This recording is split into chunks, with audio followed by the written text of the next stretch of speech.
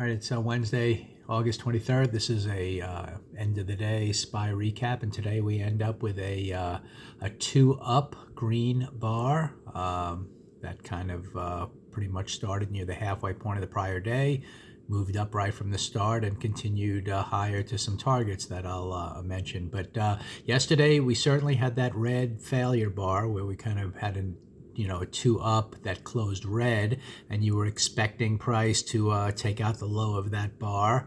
And if that would have happened, that would have been the actionable signal. It also would have triggered the weekly chart to turn red below the yellow line. You can see here the open of the week was at the yellow line here, and if we would have started lower, that could have turned that weekly chart back down. But that's why price action always is the final factor here. And in this case, you didn't trigger that two down. You didn't trigger anything near the open, as I'll show you in a second, that would have kind of led you to the two down, and instead everything went higher. So if we look at the opening price action, we had a little bit of sell-off pre-market. We had the pre-market range between the blue lines, but the first bar closed 15-minute chart, closed green, and then we followed through on bar number two. So that was kind of a sign with a stop kind of at the midway point of that first bar that you were going to head up and take out some liquidity possibly, and that's what happened here.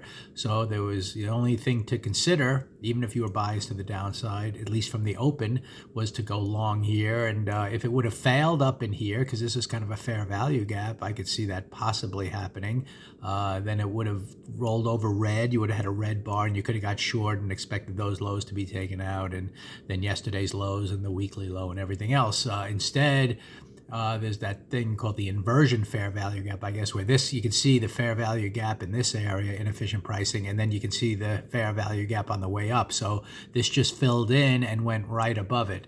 And that kind of shows you, this you're heading back in this direction for the foreseeable future.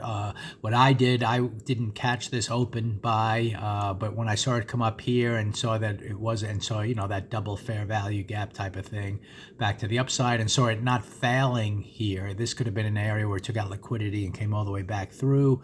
But it just paused a little bit. I actually bought some calls in here and shot some videos, and it moved up a little bit more. I was expecting perhaps more of a pause, but it just kind of consolidated for an hour and a half or so, and then worked up higher. And I discussed on that other video how a target could be kind of the halfway point of this bar right here.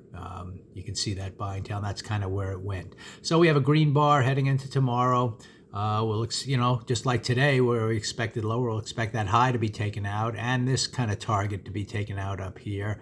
At the moment on the weekly chart, we're still inside on the week. This weekly bar, we still have 2 days to go. Anything could happen, but until this weekly chart really gives me a reversal to the upside, I'm still kind of biased to the downside with a red monthly bar here. Although I do know it just could be a 1 month pullback kind of into that fair value gap, and maybe, that's all you're going to get and we're going to head to new highs. But that weekly chart has to turn, and at the moment it looks green. It looks like it's heading higher, but at any time in here it could fail, for a day or two, and then we have kind of an inside weekly bar.